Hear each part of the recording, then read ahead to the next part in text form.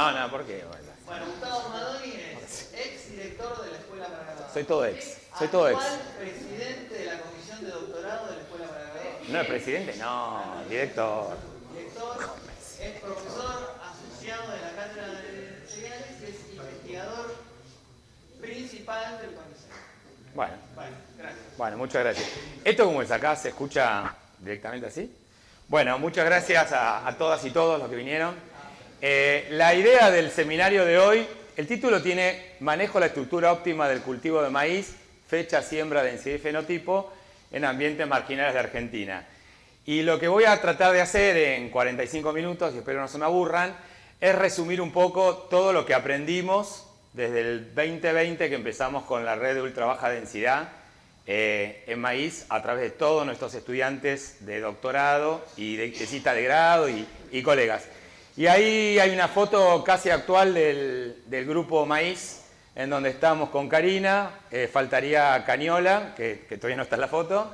Sí, la que está a la derecha de Karina es Silvia Lutz, que es una becaria nuestra de doctorado, Diego Rotili, que ya egresó, Franco, que está por acá sentadito también, estudiante de doctorado, y Carlitos, que está ya en Colombia y es también estudiante de doctorado. Y hay un montón de gente más que no está en la foto y que les voy a ir presentando en las publicaciones que tuvieron que ver también con todo este proyecto. Bueno, entonces, un poco el temario que tenemos planteado tiene estas 5 partes.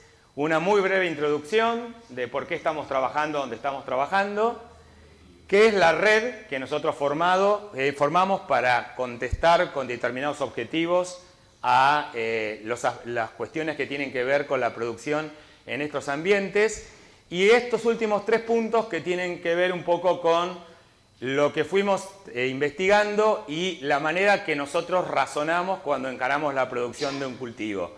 La primera es entender el ambiente, la segunda es ver el tema de con qué híbridos podemos enfrentar a esos ambientes y en una particularidad que es con el uso de bajas densidades, y luego entonces un poco el último punto es un resumen analizando la base de datos de la red, que es algo que está haciendo ahora Franco en su última publicación, es decir, cuáles son las estructuras óptimas del cultivo en las distintas localidades o en los distintos ambientes que abarca esta red.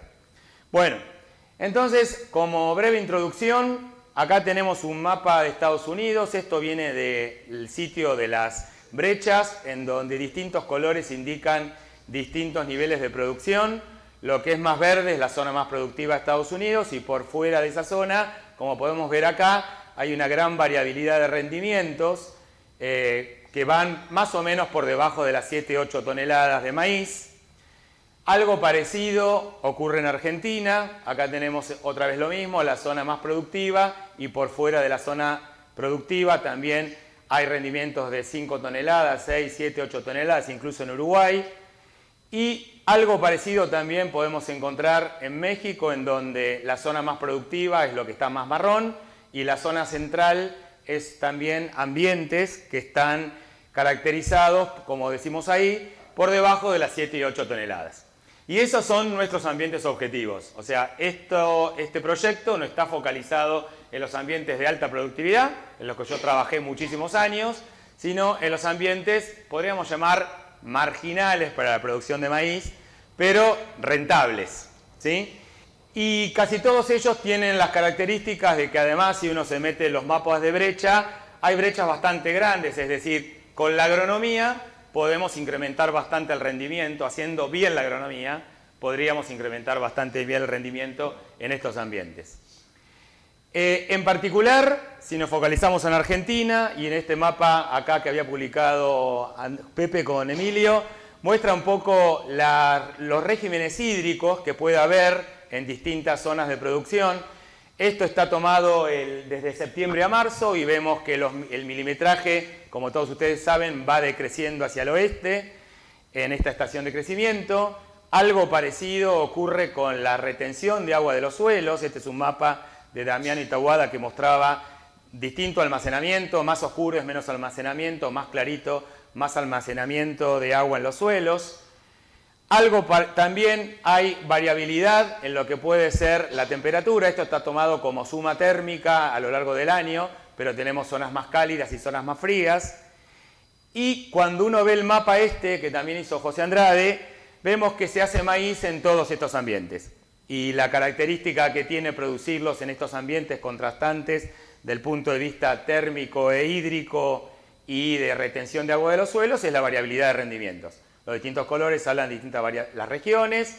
Vemos 6 toneladas, 8 toneladas, 11 toneladas en la zona núcleo, 7 toneladas, o sea, por fuera de la zona núcleo se hace también maíz con menos variabilidad, obviamente está dado por esta condición hídrica y térmica, pero también hay variabilidad interanual, que son los coeficientes de variación que están por ahí arriba, y las dos barritas están hablando de que hay dos escenarios de producción, la fecha de siembra temprana y la fecha de siembra tardía. Y ahora vamos a ver, para el caso particular de estos ambientes objetivos, cuál es la estrategia de fecha de siembra que más estabiliza la producción.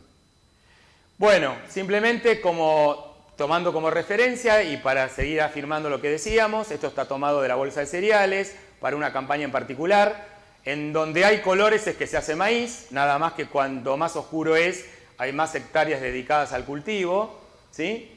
Por otro lado, estos colores hablan de la proporción de ese maíz que es sembrado temprano o tardío. Conceptualmente el maíz tardío lo que apunta es a mejorar la condición hídrica alrededor de floración. Entonces, cuanto más restrictivo es el ambiente, desde el punto de vista hídrico, hay más proporción de la superficie que se hace tardío.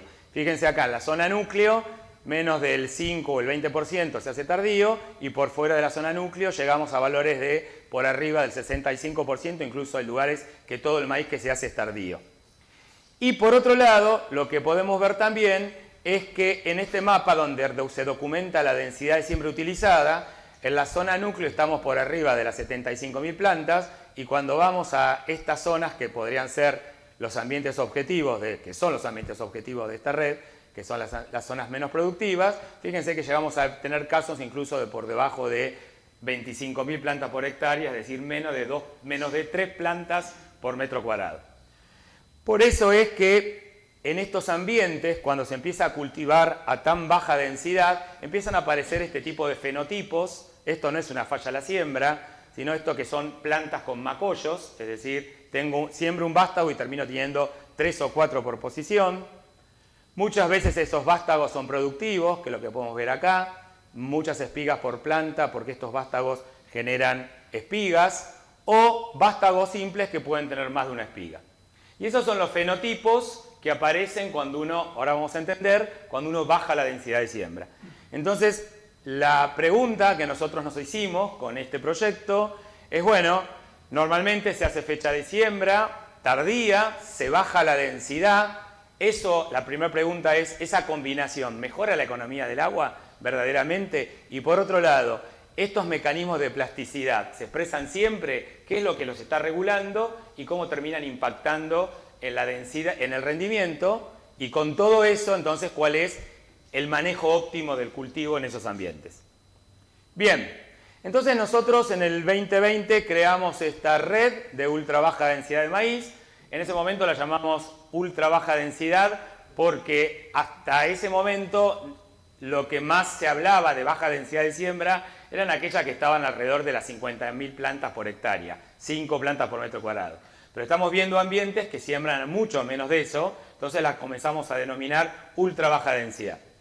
Y combinando las letras quedó red uva de maíz, y bueno, tiene filiación acá, entonces nos parecía pertinente resumirla de esa manera. Así que ese uva viene de la combinación de las letras que están ahí, y los semilleros se molestan menos que la llamemos red uva de maíz que red de ultra baja densidad de maíz. Bueno, y la idea de esto fue crear un grupo de estudio y trabajo, con filiación acá en la facultad, como dice ahí, para crear un espacio de reflexión, discusión y generación de conocimiento sobre el manejo del cultivo de maíz en estos ambientes marginales. Fuertemente basado en una visión integral e interdisciplinaria, porque necesitamos entender del suelo, necesitamos entender del clima, de la genética, de la ecofisiología, promoviendo la vinculación. Esto es imposible hacerlo nosotros solos, entonces teníamos que promover la vinculación de nuestra facultad con otras universidades, con otras instituciones, como el INTA, con grupos de productores, como son la gente de CREA, de APRESID, grupos de productores que no pertenecen ni a CREA ni a APRESID, las empresas, porque los híbridos son híbridos comerciales, las empresas semilleras tenían que estar involucrados. Y bueno, la idea era generar conocimiento todos para mejorar la producción del cultivo, ¿no? Bueno, rápidamente, ¿quiénes son los miembros actuales? Que ayer se me incorporó otro, porque esto todo el tiempo fue creciendo. Y básicamente forman parte 11 universidades, 3 de afuera, una de Canadá, una de Estados Unidos, una de México y una de Australia, más las otras universidades, que son sus facultades de agronomía, que den las universidades en el país. Por supuesto que muchas tienen filiación con CONICET, más de 30 investigadores y todos los estudiantes de grado y posgrado que están dando vuelta con esos investigadores. En muchas de las facultades se hacen también experimentos, pero también necesitamos de otros sitios y para eso es muy importante contar con la colaboración de estaciones experimentales, ya sean del INTA, por ejemplo la de Uruguay de Línea, que hace 2 años se sumó, Obispo Colondres en Tucumán también, los grupos CREA en todos estos lugares que están ahí, ¿sí? Dando vuelta, y algunas también lugares de APRESID. Y como las empresas que tienen que ver, que proveen la semilla, bueno, acá están nombradas, los que de alguna manera han estado aportando o intención de aportar semilla o híbridos para poner a prueba. Hay grupos de productores, como les decía antes, que no están agrupados en APRESID y ACREA. Estos dos grupos son de la zona del NEA, estos del norte de Córdoba. Bueno, esto es siembra por un montón de lugares y estos también están ubicados en el NEA. Y algunas empresas que nos prestan algunos servicios, como puede ser realizar los experimentos, algunas cuestiones de imágenes, que hoy no voy a mostrar, pero bueno, todos ellos estamos involucrados en este espacio para generar conocimiento y es algo abierto a quienes quieran participar y bueno, ayer se sumó la Estación Experimental de Reconquista, quieren empezar también a sumarse a la red, así que habrá un numerito 15 ahí donde dice 14. Bueno, entonces vamos a empezar un poco a los resultados. Y los resultados, la primera parte de los resultados les voy a explicar cómo aprendimos qué eran esos ambientes, ¿sí? Y vamos a tomar algunos ejemplos. Por ahora no abarcamos este análisis para todos los ambientes. La idea es que con un becario que está por acá, Franco Guardone, si le sale beca CONICET, ojalá que le salga, vamos a tratar de caracterizar todos los ambientes de la red, ¿sí? Pero les voy a contar, por ejemplo, lo primero que hizo Diego Rotili fue tomar como caso de estudio el sudoeste de la provincia de Buenos Aires. Ahí primero analizamos una base de datos que había de los productores de esa zona, en donde veíamos qué pasaba con los rendimientos cuando se sembraba temprano y tardío. Y fíjense que cuando se siembra tarde, los rendimientos de un montón de sitios de un montón de años estaban concentrados alrededor de los 8.000 kilos. Mientras que cuando se sembraba temprano había como una bimodalidad, los estadísticos no me critiquen, pero había rendimientos muy bajos y rendimientos muy altos. Y esto estaba cruzado con una problemática que tiene esa zona, que es la profundidad de la tosca. En fecha temprana se marcaba mucho el efecto de la tosca y en fecha tardía no se marcaba el efecto de la tosca. Entonces, atrasar un mes, nada más porque las heladas lo permiten, nada más que eso, atrasar un mes borraba esa variabilidad de rendimientos y posicionaba entonces a la fecha tardía como la fecha óptima en esa zona. Ahora bien, ¿qué otra cosa empezamos a analizar? Usando modelos de simulación, analizamos qué pasaba al cambiar con la fecha de siembra con la evapotranspiración del cultivo, es decir, con el consumo de agua. Y acá hay 3 localidades, en suelos someros y profundos, fecha temprana y tardía, y si uno mira estos o los percentiles, y créanme, no se van a poner a ver los números, no cambiaba nada. La evapotranspiración del cultivo era exactamente igual en todo el ciclo cuando yo sembraba el 15 de octubre o el 20 de noviembre. Pero lo que sí cambiaba era la proporción de la evapotranspiración. Esto es un gráfico de frecuencias, que lo que dice para todas las simulaciones, cada una es un año, pero fíjense que lo oscuro, que es la tardía, está a la derecha de lo temprano. Y lo que tenemos en el eje X es la partición del consumo hacia etapas reproductivas. Es decir, desplazar un mes la fecha de siembra no cambiaba la evapotranspiración total, pero sí la proporción del agua que se consumía en etapas reproductivas, que son las más importantes para el cultivo. Y eso entonces fue un análisis que hicimos ex post a los que los productores decidieron con sus técnicos, pero justificaba la decisión, ¿sí? La otra cosa que analizamos con la base de datos eran las densidades óptimas. Como tenían experimentos de un montón de densidades en fecha temprana y en fecha tardía a través de los ambientes, analizamos las densidades óptimas en fecha temprana y tardía, con Diego Rotilli, que formó parte de su tesis de doctorado, es esto. Y entonces fíjense que nuevamente la fecha tardía tiene una campanita bastante normal, alrededor de entre 3 y 4 plantas por metro cuadrado, mientras que la fecha temprana tiene una proporción con bajas densidades y alguna proporción, una cola con altas densidades, alta que son 5, que justamente eran esos suelos que eran más productivos porque eran más profundos. Entonces, lo que esto demostraba era, con la base de datos al menos, es que si ellos demoraban la siembra, simplificaban la decisión de la densidad y la concentraban alrededor de 3 a 4 plantas por metro cuadrado. Y la razón de por qué esto funciona es qué pasa con la evapotranspiración del cultivo.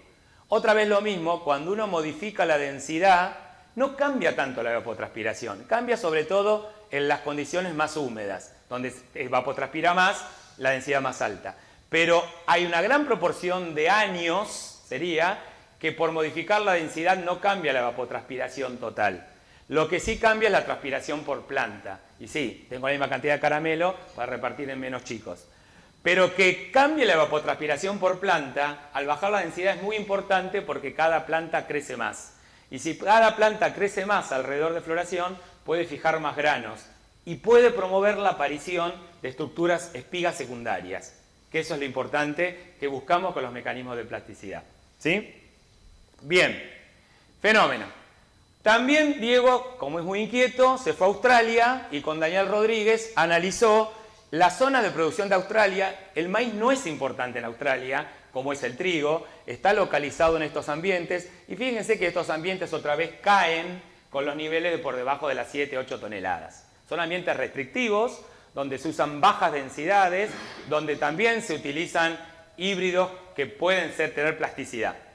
Y lo que analizamos un poco usando también datos experimentales, estos son datos experimentales que tenía Daniel Rodríguez, lo que esta variabilidad es porque hay un montón de genotipos y un montón de densidades, y lo que se veía es que el rendimiento estaba muy asociado a la oferta de agua durante el ciclo. ¿Sí? Cuanto más agua había, rendían más, cuanto menos, rendían menos.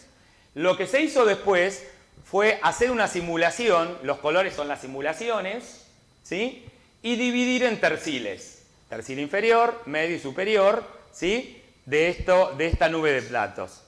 Y lo que se hizo después fue simular, con modelos de simulación, obviamente, en este caso con Absin, lo otro había sido con el DISAT, simular cuál era la razón del por qué había rendimientos que estaban en el tercil inferior, medio y superior, asociado con el estrés hídrico.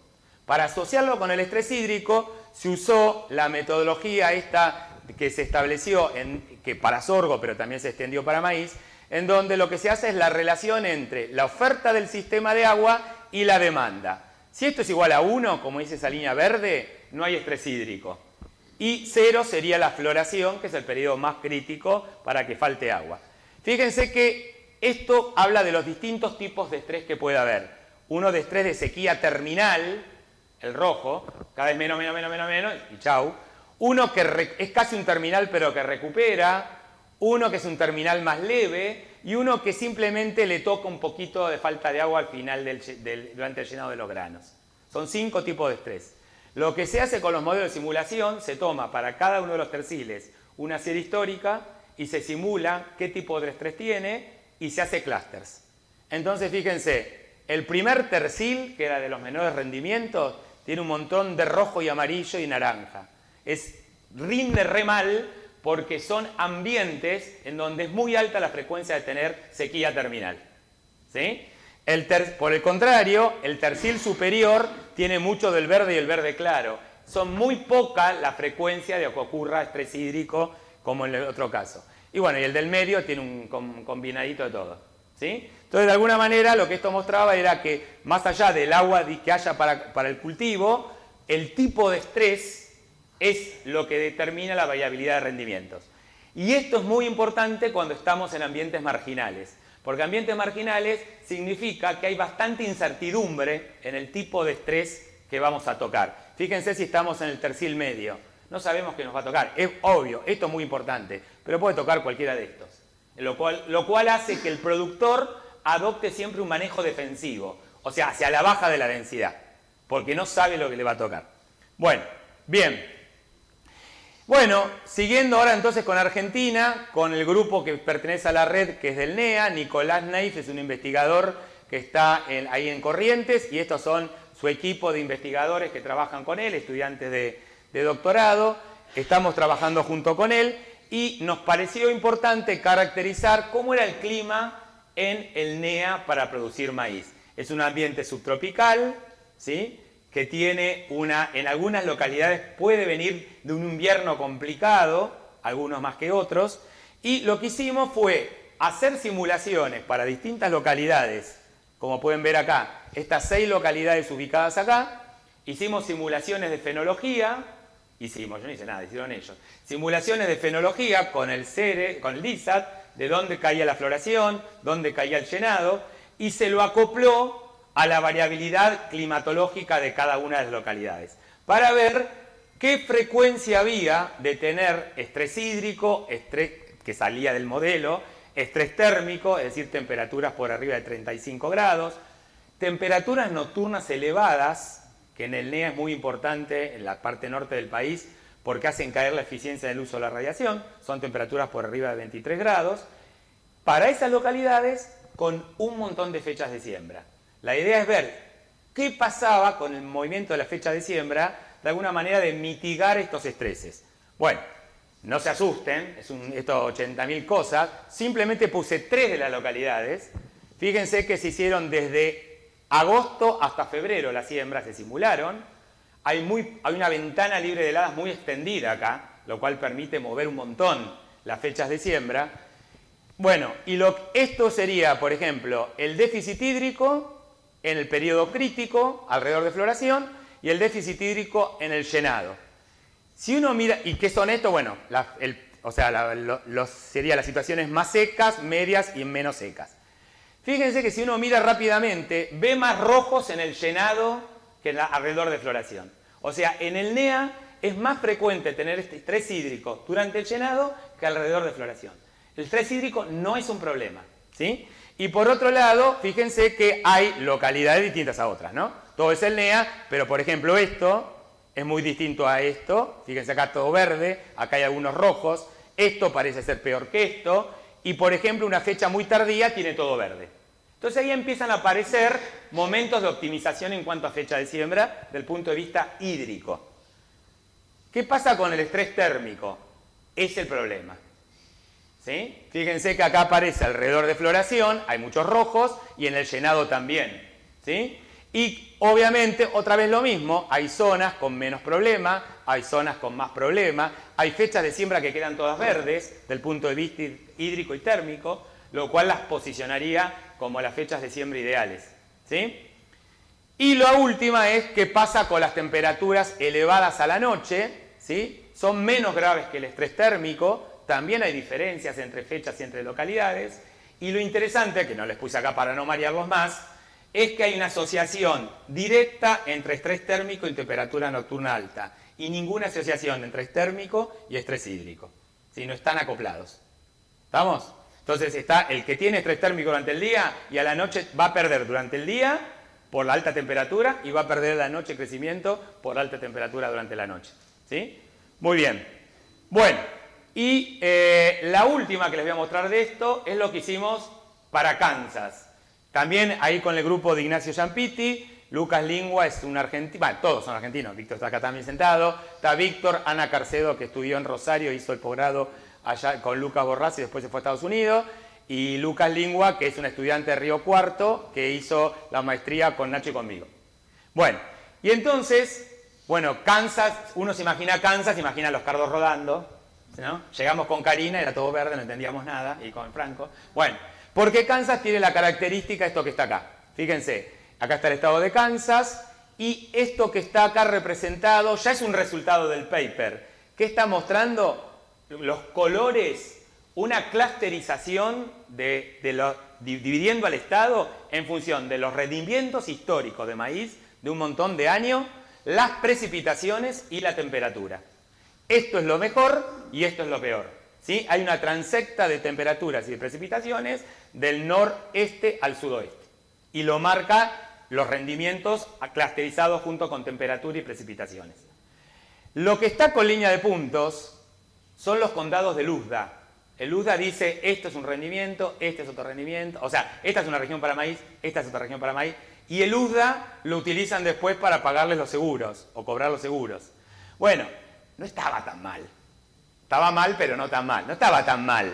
Fíjense que acá, si uno mira, por ejemplo, esto dice 4.900 kilos y esto dice 6.000 kilos. Ahí está mal. No es lo mismo estar acá que estar acá. Pero cuando uno mira acá, esto va entre 6.100 y 6.200. ¿Sí? Pero bueno, el modelo identificó algunas zonas, sí. Está, no es esto con esto, esto con esto, es un poco más crítico. Bueno, eso por un lado. Pero ¿para qué hicimos esto? Para ver, otra vez lo mismo, cuáles eran los drivers, una vez corregida el efecto de las precipitaciones y el efecto de la temperatura media sobre los rendimientos, que son estos clústeres, ¿qué hacía a la variabilidad interanual de los rendimientos? ¿Sí? Para eso se tomó la serie histórica, se graficó la evolución de los rendimientos a través del tiempo, que normalmente es positivo y ascendente, se calcularon los desvíos para sacar el efecto del mejoramiento, del cambio de la tecnología en 60 años, y se trabajó con los desvíos. ¿Sí? ¿Está? Marina, ¿está claro? ¿Viste? No hay endofitos, pero está claro. Y no van a ver tampoco. Bueno, muy bien. Pero, entonces, este mapa que está acá, que no lo miren porque es un cambalache, es ver qué pasa para cada una de estas regiones, la correlación con un montón de variables. Durante la etapa vegetativa, alrededor de floración y el llenado. Y alrededor de floración está todo mucho más rojo. ¿Sí? Es mucho más alta la correlación de lo que ocurra ahí generando esos desvíos. ¿Sí? ¿Y qué generan esos desvíos? Bueno, voy a hacer así y voy a hacer así. Voy a tomar un solo caso. Los desvíos tienen que ver con la anomalía térmica, es decir, con los golpes de calor, y con la demanda atmosférica. Acá hay dos variables mezcladas. Una es la anomalía, cuanto más calor hace, los desvíos se hacen más negativos, ese año rindió menos de lo que debería rendir, y los colorcitos son la demanda atmosférica. A su vez, acá hay una correlación entre temperatura elevada y demanda elevada. Y lo que no da, en algunas localidades da, en el eje X está temperatura y en el semáforo está demanda, y en otros al revés. En el eje X está demanda y en los colores está por cómo entró en el modelo. Pero esas dos variables son las que explican la anomalía para el estado de Kansas. ¿Sí? Una vez corregido el efecto de la precipitación y la temperatura media. Bueno, listo, basta de clima. Así, la idea de tener esto para todo el mapa de Argentina, que lo va a tener que hacer Franco si le sale la beca, rueguen que les haga la beca. Otro Franco tenemos, Franco Guardone. Bueno, les dije que en estos ambientes de baja densidad normalmente aparecen híbridos que macollan, híbridos que tienen segunda espiga. Entonces vamos a meternos un poquito a ver qué aprendimos de estos mecanismos, cómo funcionan estos mecanismos. Entonces lo primero tiene que ver con un paper que hizo Diego también, lo hicimos con Gaby, con Víctor Sadro, un montón de gente está ahí metida, en donde lo que primero presentábamos era, esto no está en el paper, pero fíjense, el dibujito cuando esté así es prolífico, más de una espiga por planta. Un vástago con más de una espiga, ¿sí? Muy bien. Lo que mostrábamos acá era con una base de datos de híbridos actuales, ¿sí? De híbridos actuales, ¿qué pasaba con la cantidad de espigas por planta cuando uno aumentaba la densidad de siembra? Y esto era bastante, como cuando éramos chiquitos decíamos, chocolate por la noticia, ¿sí? A mayor densidad, la prolificidad, es decir, la posibilidad de tener más, esto es más de uno declina. La variabilidad vertical son años, genotipos y fechas de siembra. Fíjense, tempranos son los azules, tardíos son los verdes, tardíos de segunda los rojos. Hasta acá no había una clara tendencia con la fecha de siembra. Parecía que era muy fuerte la densidad y muy fuerte el genotipo o la variabilidad ambiental. Y que lo que sí veíamos es que la prolificidad, fíjense que acá dice 6 plantas por metro cuadrado, por debajo de las 6 plantas uno puede apostar a tener más de una espiga por planta. ¿Sí? Cuando ya vamos a 80.000 plantas, ambiente de alta productividad, eso se cancela. Entonces no es un atributo que voy a buscar para esos ambientes. Bien. Ahora cuando mirábamos, ahora acá aparecieron los que macollan, ¿ven? Acá están híbridos macolladores. Cuando mirábamos qué pasaba con los macollos por planta, la cosa era bastante distinta. Fíjense que teníamos, ya con 6 no hay macollos, los macollos aparecen por debajo de 4 plantas por metro cuadrado, bien baja la densidad para que aparezcan los macollos. Vallarella va a empezar a hacer con la cabeza así porque se da cuenta del que viene, ¿no? Y lo que sí se veía era que en una fecha tardía había más producción de macollos que una temprana. En la fecha tardía uno lo hipotetiza, hay más temperatura para el crecimiento vegetativo, normalmente hay mejor condición hídrica, el suelo mineralizó más cuando siembro en diciembre que cuando lo sembré en septiembre, entonces es lógico que se favorezca el crecimiento vegetativo. Y a nivel ambiental, fíjense qué pasa cuando uno siembra tarde, como un maíz de primera, que hubo una soja en abril y lo sembré recién el maíz en diciembre, o después de un trigo, un maíz tarde de segunda, macollá menos. El trigo se llevó el agua, se llevó los nutrientes, es lógico que haya menos macollaje. Entonces, estas 3 cosas ya también dan un poco idea de ambiente, dónde funciona cada mecanismo, ¿sí? Si estoy con 60.000 plantas, al macollaje no lo tengo ni que mirar. Si estoy con 40.000 plantas, al macollaje o menos lo podría mirar, pero lo podría mirar si es tardío, pero no tardío de segunda. ¿Entienden? Empiezan a aparecer como nichos donde las cosas funcionan. Bien, pero lo importante entonces son estos criterios de densidad que son muy distintos entre esto y algún efecto ambiental. Perfecto. Con otro tesista de doctorado, que en realidad empezó antes que Diego, que era Martín Parco, ¿sí? Lo que mirábamos era, y con Karina, mirábamos el tema de la prolificidad, ¿sí? La prolificidad, es decir, más de una espiga por planta.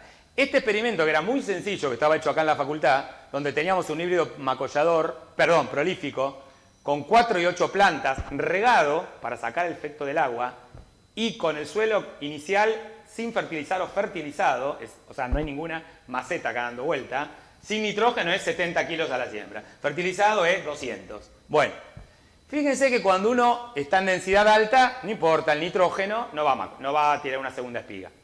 Cuando uno baja la densidad, tira y fertiliza, da la segunda espiga. Entonces acá también había otro mensaje. Ojo con bajar la densidad si no manejamos la nutrición, porque estamos cancelando este mecanismo de plasticidad. Para entenderlo, ¿sí? También hubo otro estudiante que dirigí yo con el grupo de Paraná, Nicolás Maltese, que miraba un montón de cosas en temprano y en tardío, y entre otras cosas construyó esta figura, que es número de granos por planta en función de cómo crecen las plantas alrededor de floración. Esta, quien cursó grano, siempre le decimos que es la Biblia y el calefón del maíz. Todo pasa por esta función. Todo aquel ambiente que aumenta la tasa de crecimiento genera más granos en la espiga apical y eventualmente, si es prolífico, aparecen los granos de la espiga subapical. Muy bajas densidades son altas tasas, más nitrógeno son altas tasas, más agua son altas tasas, me hace que la espiga apical fije todos los granos y en los prolíficos tenga la posibilidad de tener granos en la espiga subapical. Bien, ahora, ¿qué es esta otra nube de puntos? Eso uno diría, bueno, un híbrido más prolífico y menos prolífico. Si me contestan eso, le diría correcto, como dijo Susana. Ahora, esto no es eso, es el mismo híbrido sembrado temprano o sembrado tarde. Había algo del ambiente que el haberlo sembrado tarde hacía que sea más prolífico y que no pasaba por la tasa de crecimiento de las plantas. A propósito de la tasa de crecimiento de las plantas, está calculada como gramos por planta por grado día para sacar el efecto de la temperatura entre una floración que ocurre en diciembre y una floración que ocurre en febrero. Está sacado de ruido ese del medio. Entonces, para tratar de entender un poco más esto, e hipotetizando que el nitrógeno podía tener algún rol porque en la fecha tardía hay más mineralización, etcétera, etcétera, etcétera, miramos un montón de cosas y terminamos encontrando que cuando uno ponía número de granos por planta y la concentración de nitrógeno en la hoja de la espiga, la figura era muy parecida y desaparecía el efecto de la fecha de siembra. Es decir, que había un efecto directo del nitrógeno sobre la fertilidad de la segunda espiga que no pasaba por la tasa. O sea, la tasa movía la planta, pero algo del nitrógeno estaba jugando un rol sobre la fertilidad de la segunda espiga. Algo parecido había mostrado Karina en su tesis de doctorado, cuando comparaba también cuestiones de nitrógeno, pero lo miraba para la espiga apical. Nunca se había documentado para la espiga subapical. Bueno, y en función de esto, que estamos metidos ahora en un proyecto también con estudiante nuevo que hemos presentado, para avanzar con esta cuestión de cómo gobierna el nitrógeno en la prolificidad. Y pensando en cómo fertilizar a estos cultivos para que se pueda expresar. Bueno, lo que menos sabíamos... ¿Cómo venimos? Está. Lo que menos sabíamos era el tema del macollaje. El macollaje hacíamos mucha similitud con trigo y ahí la capturamos a Gaby Aveledo y la sumamos al equipo para que nos explicara desde trigo lo que pasaba en maíz. Y algunas cosas son parecidas y otras no, por supuesto, porque una es trigo y otra es maíz.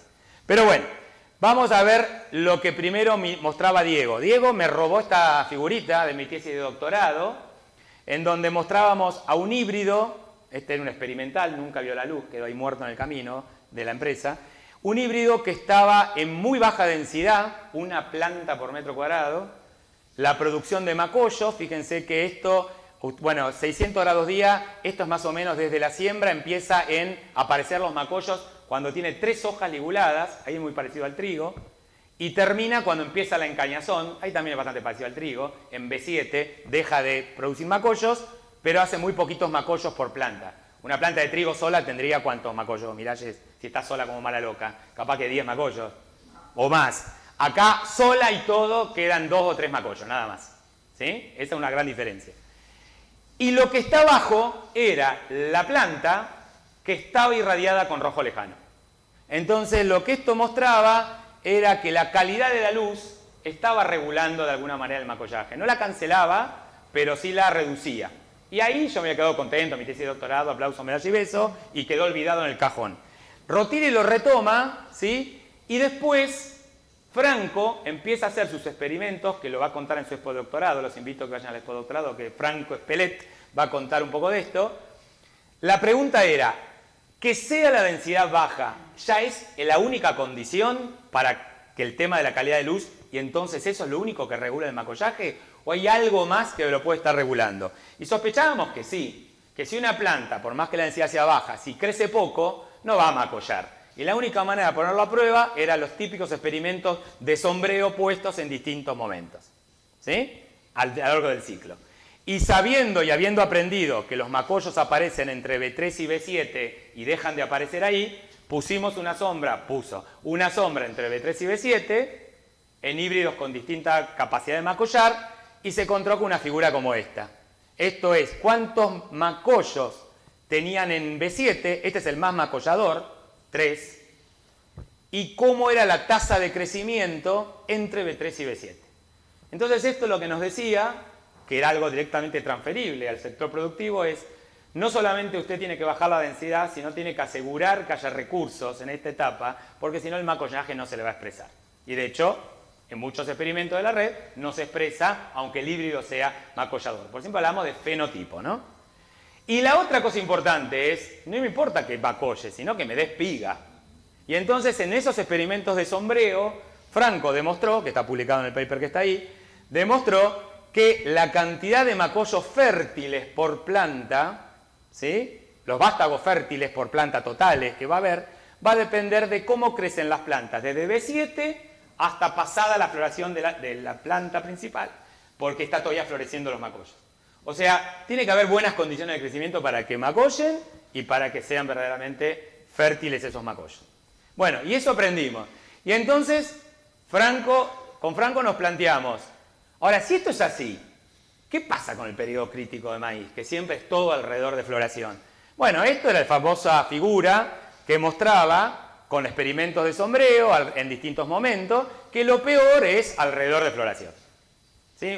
Cuando el cultivo tiene poca tasa de crecimiento alrededor de floración, se desploma el rendimiento. Si es muy temprano o no, si es muy tardío o no, básicamente es el número de granos. En el llenado un poquito el peso, pero no tampoco tan importante. Y esto era lo que siempre damos en clase, más o menos 15 días alrededor de floración. Ahora, esto no está hecho para baja densidad, ni para híbridos macolladores, ni nada. Son densidades más bien altas, una sola espiga por planta, y esos son los experimentos que generaron la famosa figura del periodo crítico. Bueno, como Franco había hecho de sacar y poner, la sombra, lo publicamos ahí este año, salió esto. Fíjense, acá hay 2 genotipos, uno que es prolífico y otro que es macollador. El prolífico en muy baja densidad también tenía macollos, pero poquitos, pero tenía. Y fíjense que esto se empieza a parecer más al girasol ahora. El que se acuerda de girasol se parece más al girasol. ¿Sí? Tenemos la ventana crítica, parecida acá, con distinta intensidad. Cada genotipo puede tener una tolerancia distinta al estrés por densidad, pero me aparece una segunda ventana muy temprano. Si no aparecen los macollos, hay menos espiga por metro cuadrado y el rendimiento se me desploma. Esa estrategia no me sirve. ¿Sí? Bueno, todo eso es lo que aprendimos. Y la otra cosa que aprendimos es qué pasa con el nitrógeno. ¿Sí? Y para eso la tesis de Carlos Mejía, que está ahora en Colombia, nos mostraba qué pasaba con la producción de biomasa y la absorción de nitrógeno en distintas estructuras cuando un genotipo se le sacaban los macollos y cuando macollaba. Y no importa el detalle, pero fíjense que el rendimiento pasaba de 6.000 kilos a 8.000 kilos, aumentaba un 30%, la absorción de nitrógeno pasaba de 115 kilos a 188 kilos, aumentaba un 63%, y los que miramos siempre las eficiencias, rendía más pero era menos eficiente cuando macollaba, porque respondía menos con rendimiento que con absorción. Igual convenía porque rendía más. Bueno, y esto lo mostró Rotilli, en donde lo que hizo fue colectar un montón de experimentos en donde mostraba el rendimiento de esos híbridos que tenían macollo versus a los que le habían sacado los macollos los autores. Y la línea 1 a 1 dice que no pasa nada, lo que está arriba significa que le va mejor, lo que está abajo que le va peor, y la verdad del borrego es que en muy pocos casos le va mal por tener los macollos.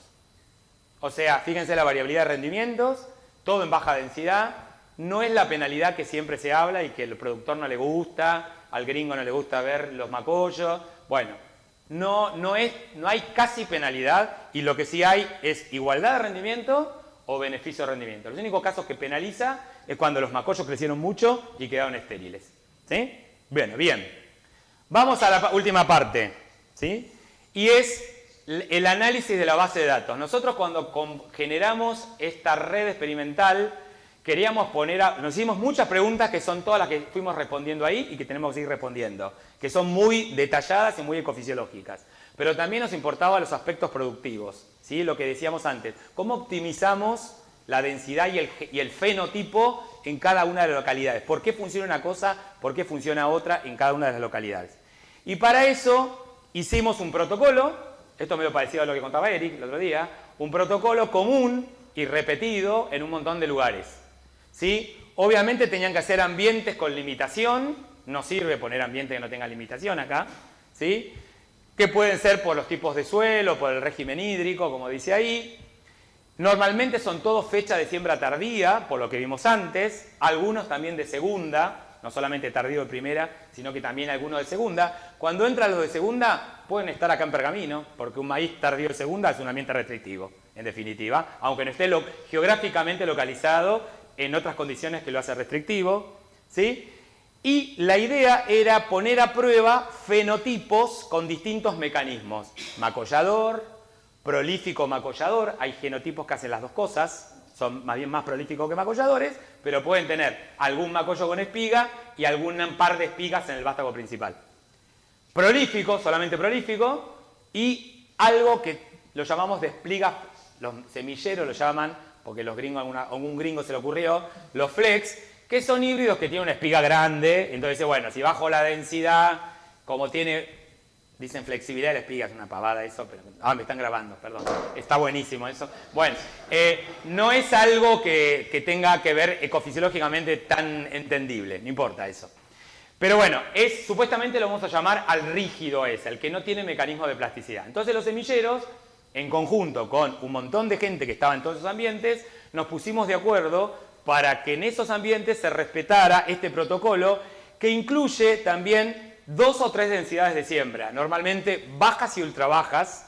La densidad de siembra es la que es recomendada para esa zona, no son todas iguales entre una zona y otra, pero siempre hay la que es recomendada, que baja, y la mitad de esa, y algunos le ponían por encima de la mitad otra más.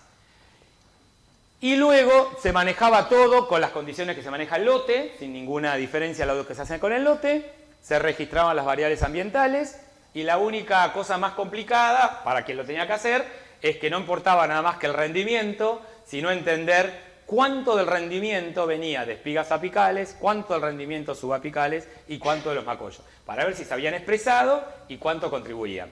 ¿Sí? Bueno, y esto hicimos, ¿cuántas campañas, Franco? Esta es la sexta, vamos, la que están llegando los datos, hubo una fallida por la chicharrita, así bueno, tenemos 4 que tomó los datos Franco. Esa es una presentación que hizo en el Congreso, en la ASA el año pasado, y ahora está escribiendo el paper, que sería su tercer paper. Y básicamente acá les presentamos con redondelitos por dónde andamos con la red. Y esto fue clasificado en estos ambientes, ¿sí? O sea, las zonas más áridas, las que están más costeras, la zona del litoral, estas que andan por acá, que viene a ser... como dice ahí, ya no me acuerdo cómo la llamamos, la cambiamos 500 veces. Esta es sin estación seca, con estación seca, esta es subtropical de altura. Bueno, esos son las localidades. En algún puntito de eso puede haber más de un año. Normalmente hay 2 o 3 o 4 años, ¿sí? Lo que hacíamos normalmente es ir cambiando la genética cada 2 años para que no envejezca, porque los híbridos salen muy rápido del mercado, pero siempre respetando los fenotipos. Bueno, reemplazámelo por otro prolífico, reemplazámelo. Bueno, bien. Y entonces, esto simplemente es un primer pantallazo de los resultados. Tomando todos los rendimientos y agrupándolos por la zona, fíjense que la línea punteada son 7.500 kilos. Es como para decir, el ambiente objetivo andaba de acá para abajo. Y lo estamos representando. Pero sí hay veces que rinden más. Y eso es lo importante entender. ¿Cómo puedo capturar, estar por arriba y no caerme por abajo de esos 7.500 kilos? ¿Sí? Y hay obviamente diferencias entre ambientes. Hay ambientes más productivos, más estables, menos productivos. Bueno, bien. Lo segundo que miramos fue, bueno, si agarramos toda la base de datos y optimizamos el manejo en cada uno de los experimentos, es decir, cuál es la densidad que optimizó y con qué genotipo, y me quedo con esos rendimientos, que sería cuando el productor tiene la bola mágica y dice, me voy a jugar con esto y con esto, o eso lo hacemos ex-post. Bueno, si optimizamos los rendimientos, agrupamos todos los rendimientos y dividimos en terciles, tenemos que, vos corregime si estoy diciendo mal las cosas, Franco, tenemos estos rangos, menos de 6.700 kilos, entre 6.700 kilos y 10.000 kilos, e incluso más de 10.000 kilos. Y estamos hablando de ambientes marginales, Son algunas combinaciones o condiciones de año que ha hecho que explote el rendimiento. Y lo que está representado con colores son con qué rango de densidades optimizaron.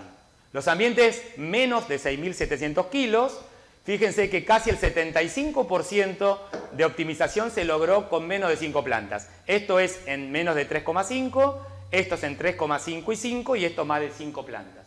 Por el contrario, cuando vamos a los mejores ambientes, casi el 60% de las situaciones se optimizó con más de 5 y el restante con eso. Y en los ambientes intermedios también es un poco más importante. Lo importante entonces es ver que según, esta tampoco es ninguna novedad, que según la expectativa de rendimiento es el posicionamiento de la densidad. Y lo mismo miramos con los fenotipos ahora. Y ahí con los fenotipos ya tampoco era tan claro. ¿Sí? Fíjense que todos los colores son los distintos fenotipos. ¿Sí?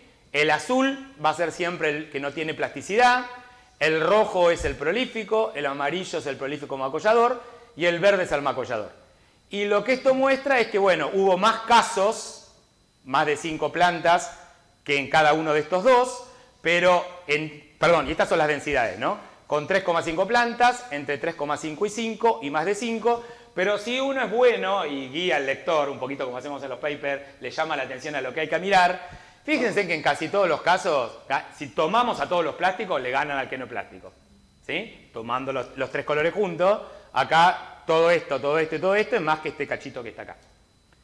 Bien, lo que hicimos después fue, ya falta poquito, es ordenar los ambientes en función del rendimiento medio de optimización, es decir, cuál era en cada ambiente el rendimiento de optimización, y se graficaba, ¿sí?, el rendimiento del genotipo que optimizaba. Y es como una relación genotipo por ambiente. ¿Sí? La idea de esto era ver, al variar el ambiente, si alguno despega respecto a los otros. Y haciéndole la bayesiana, que es esto que está acá, por arriba de este redondelito ganaba el flex o el no plástico y por debajo de acá tienden a ganar los plásticos y en el medio quedan parecidos. Pero para verlo un poquito mejor y volverlo a forzar al lector, separamos los terciles y fíjense lo que está acá abajo. Acá abajo es el tercil inferior. El tercil inferior muestra, esto es el flex, esto es el prolífico macollador y el macollador. Y esta es la variabilidad de rendimientos en este tercil. Fíjense que los techos son más altos con los plásticos que con el flex. E incluso a veces la media es más alta, este tiene mucha variabilidad, este también, son los que tienden a macollar, a veces hacen macanas, ¿sí? Pero en este tercil inferior tiende a quedar mejor posicionado el prolífico y estos que este. En el tercil medio, que es esto que está acá, este gana acá los techos, pero fíjense la estabilidad del prolífico. El prolífico es muy estable, ¿sí? Y eso es algo bueno en ambientes donde hay incertidumbre respecto a cómo va a ser la condición de año. Y bueno, y en el tercil superior, más o menos quedan todos parecidos. Bien, y lo último que hicimos fue decir, bueno, y ya termina con esta, pensemos ahora si no tengo ni idea de cómo va a ser el ambiente. ¿Qué hace el productor? Bueno, entonces para eso lo que hicimos fue un análisis de este tipo. Dijimos, bueno, tomemos todos los rendimientos y agrupémoslos en terciles, todos los rendimientos de la base de datos. Menos de 5.000 kilos, entre 5.000 kilos y 8.000 kilos, y entre 8.000 y más de 8.000 kilos. Y veamos qué pasa si el productor se decide por sembrar menos de 3,5, entre 3,5 y 5 y más de 5, respecto a usar el flex, el que no tiene plasticidad. La línea horizontal es la diferencia con el flex. ¿Sí? Si estamos por arriba nos va mejor, si estamos por abajo nos va peor. Y si uno mira, por ejemplo, para un ambiente como este que está acá, que está por acá abajo de los 7.500 kilos, y baja la densidad a 3,5 plantas, con un prolífico le está sacando ventaja al flex. Y por el contrario, si vamos acá arriba, ya, la voy a hacer corta porque si no se me van a cansar, si vamos a ambientes de alta productividad, ganamos, pero seguramente ganamos más aumentando la densidad. Saltamos de 8.000 kilos a 10.000 kilos. ¿Sí? Eso es después para verlo con mucho detenimiento. Bien, finalmente, ¿en qué estamos? Bueno, Silvia Lutz está escribiendo su paper, estuvo también en Florida con una beca de la UBA, trabajando con el grupo allá de Karina, que se llama, de Nacho Gise y Messina, analizando su experimento en donde tuvo líneas del INTA que preseleccionó por los distintos mecanismos de plasticidad, las cruzó, hizo los híbridos, comparó los híbridos con las líneas y está haciendo toda la parte genética. Y con nosotros estuvo escribiendo la parte fenotípica que esperemos que este año salga el paper. Bueno, Carlito ya le conté que está con la economía del nitrógeno, le aprobaron recién su segundo paper con las curvas de dilución en los híbridos macolladores, algo que no estaba publicado, dilución de nitrógeno, algo del que trabaja en nitrógeno me entiende lo que estoy hablando. Hay un proyecto que está todavía medio lento, es, bueno, yo siembro la soja, hasta noviembre no siembro el maíz, en el medio me queda el suelo libre, meterle una vicia con un centeno, ¿qué pasa con toda la economía del agua? Bueno, eso es un proyecto de maestría que está en marcha, pero viene medio lento el análisis de datos. Franco se presentó a la beca Guardone para lo que les decía, va a analizar todo el mapa de Argentina, va a generar la optimización de fecha y largo de ciclo, que no estaba analizado en los trabajos anteriores, para reducir las restricciones, para mitigar según la restricción que hay en cada uno de esos lugares. Marcos lo presentamos con Diego y con Karina, en realidad yo presenté como director de la beca y Diego y Karina son los directores del proyecto, que está trabajando con la expresión de la prolificidad, y ahí estamos metidos con la gente de Uruguay, gente del INTA, también están La Pampa, en Mar del Plata, la Chacra Barrow y la empresa Natal Seed, que lo está financiando. También financió un primer año KWS, que es ahora es Supra, es KWS.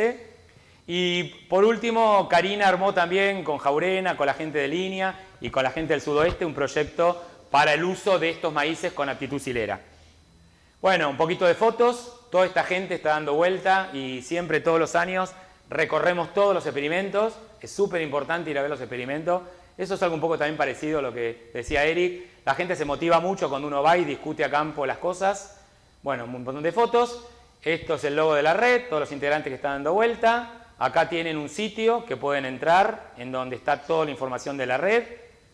Por suerte nos dieron el premio de la Academia Nacional, y eso hace 2 años. Y la idea es, como dice ahí, siempre seguir buscando tecnología para mejorar la producción en estos ambientes, y siempre muy basado en lo que es la generación del conocimiento a través de la formación de recursos humanos. Bueno, muchas gracias a todos los miembros y muchas gracias por la atención.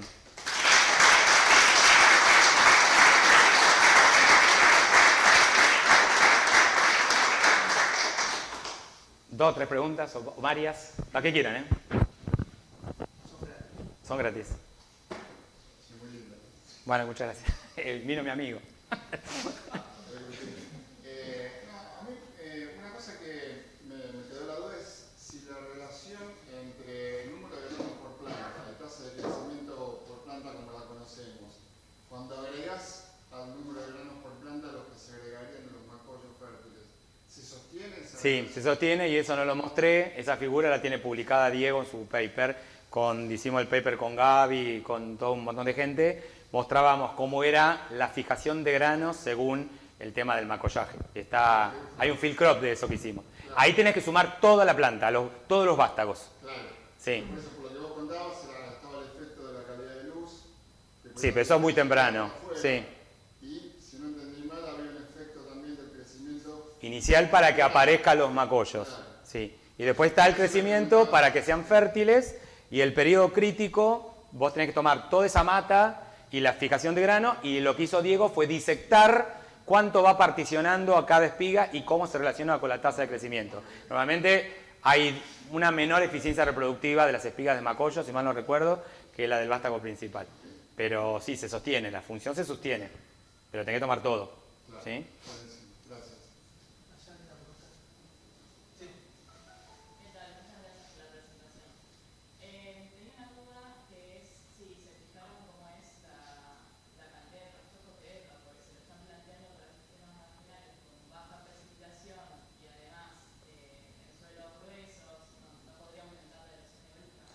Bueno, está buena la pregunta. Sí, en realidad no lo medimos todavía. Sí está, como te decía, planteado medirlo cuando se hacen estas cuestiones. Bueno, en Chascomús creo que lo medimos. En el ensayo de Chascomús se empezó a medir. En los otros no, porque si no me mata la gente haciéndole tanta cosa. Pero uno podría llegar a estimarlo con los datos de rendimiento, porque el índice de cosecha, cuando uno mira el índice de cosecha, cuando tiene macollos y cuando no tiene macollos, se tiende a sostener, salvo que haya una cierta proporción alta de macollos estériles. Entonces, si vos tenés 8.000 kilos, muy probablemente tengas cerca de 8.000 kilos de rastrojo. ¿Sí? O podés tener un poco más, si te cayó un poquito el índice de cosecha. Pero sí, está perfecto lo que decís vos. Por eso también lo de la preocupación, esto del sudoeste, que siembran 4 plantas, hay que hacer algo en el medio, porque la soja rinde 1.800 kilos, esa soja. Sí. Y hay otros, muchos también empiezan a preguntar por las malezas también, porque es un sistema que entra mucha luz también, ¿no? Pero sí, está perfecto la pregunta. Está re buena. Batla. Gus, una pregunta muy técnica, cuando tenés macollaje de conocimiento, ¿no tenés mucha pérdida de cosecha cuando es una cosecha mecanizada? Porque es complicado, la actualización de espiga, Sí. La respuesta es no, en realidad. No tienen mucho problema de cosechar estos macollos. El único problema que puede haber es cuando la espiga te queda muy chiquitita, que no la termina de capturar. Todos los datos que nosotros tenemos de la red, tuvimos que ponernos en consenso que era una espiga cosechable, y ahí Matías Hermácora dijo una espiga que por lo menos sobresale de un puño. Digo, si es Bonavena estamos fritos. Pero bueno, como Bonavena se murió y nadie tiene la mano de Bonavena, entonces es una cosa razonable. Pero es cierto eso es cierto. Si no pasa eso, son cosechables y no pasa nada. Entonces, en nuestros datos, a propósito, no contabilizábamos las espigas chicas. ¿Sí? Marina. Las micorrizas, no. Me preguntó justo a relación a la pregunta de allá, Sí. si habían pensado en un intersiembra, porque he visto en el norte con maní o con batata, en esas papas No lo habíamos pensado, no. Pero sí, obviamente esos sistemas también pueden coexistir y serían interesantes explorarlos. Sí, sí. Acotá todo lo que quieras. No, que una de las cosas, hablando de la tecnología, es que tampoco es que uno piensa, bueno, son vástagos inferiores en jerarquía. Pero en realidad, cuando uno mira, quizás tengan menos número de granos, el peso de los granos no se modifica enormemente. No. Entonces el tamaño del grano no es muy diferente, no es mucho más chico. Claro, no es un grano que salga volando la cosechadora. No, eso no. Yo lo agarré por el lado del tamaño de la espiga, tu pregunta, pero es verdad lo que dice Cari. No necesariamente son granos más livianos. No hay mucha diferencia. No. Como son, en general, El malo con la espiga más o menos es parecido. Claro. Sí, eso también le hicimos hacer a la gente martirizándole a peso, número, nos odiaron. Pero bueno, pero sí, está todo eso. Y volviendo a lo que decías vos, en los datos del paper de Carlitos está el rastrojo ahí medido. Si me escribís, yo te lo paso para que tengas idea. Ahí sí, porque los de Franco también, en nuestros experimentos manipulativos tenemos los datos de biomasa, como para calcular eso que vos preguntabas. No. ¿Cómo se financia y sostiene esta red? Bueno, muy bien la pregunta. Al principio era con los proyectos que teníamos de fondos públicos, porque las empresas no querían poner un peso. Y entonces no era que yo pagaba todos los experimentos, con eso me pagaba ir a visitarlo nada más. Los distintos lugares encaraban los experimentos y ellos hacían arreglos con el semillero o con los que hacían los experimentos, quién pagaba qué. Yo ni me enteraba, yo lo que le decía era, mandale a Rivela que necesita la semilla y el de la empresa te lo mandaba. Y muchas veces ponen los experimentos en los grupos CREA, en donde tienen un montón de híbridos y por cada híbrido le cobran tanta plata. Hubo un montón de buena voluntad acá, ¿eh? Una cosa increíble, porque hay gente que el INTA, así todo, el INTA sigue haciendo ensayo con la situación del INTA que tiene. Ellos hacen negocios que yo ni me entero, seguramente de ese estilo, porque hay que pagar eso. Y bueno, y después creo que el segundo año, tercero, Cari, empezaron. El tercer año, las empresas de entrada participaron en la discusión y en proveer las semillas y no tenían ningún problema. Claro, tal cual. Pero después empezaron a poner plata. Y por suerte, hasta el día de la fecha, siguen poniendo plata. Yo les pasé, les digo, bueno, eso Beto Michelou me asesoró muy bien y Agustín Giorno. Si vos pasale una membresía Gold, Plata y Bronce, si no me ponen bronce, obviamente. Nadie superó el bronce, pero el bronce para nosotros de muchas empresas es plata que nos permite funcionar. Pero sobre todo para eso, nosotros, nadie me pidió plata de las experimentales para que yo le pague los ensayos. Sí, por ejemplo, vienen muestras para hacer acá nitrógeno de algunos, si alguno hubo que ayudar, se ayudó. Pero más que nada nos permite funcionar en el día a día. ¿Cómo hace Miralle con los convenios que tiene, o Roberto, todos los que tienen ustedes también? Termina siendo funcional a que la cosa salga. Pero ese dinero nos ayuda a hacer todos los otros trabajos de proyecto de doctorado. No, por ejemplo, Franco se presentó a la beca UBAIN para irse a Estados Unidos a hacer ese último paper y no le salió la beca. Y le pagamos con esa plata el pasaje, por ejemplo. O pagamos los congresos o pagamos lo que sea. A nosotros nos recontra sirve. Y por suerte venimos trabajando bien y todo el tiempo siguen. Ahora hay otra empresa nueva que entró, que es esta Natal Seed, por lo de prolificidad. Van entrando preguntas y cosas y se van respondiendo, ¿no? Es una red que sigue, tiene un montón de objetivos por delante todavía. ¿Cuándo es Madoni dependiente? ¿Y en qué sentido? ¿En cuánto yo le dedico mi tiempo a eso? Y hay que ponerle mucha garra. Son más de 9.000 kilómetros que hay que recorrer todos los años. Después muchos días de gabinete analizar. Porque después yo recibo todos los datos y todos los años hago una reunión, que va a ser ahora en octubre, y hago un informe y les presento los datos.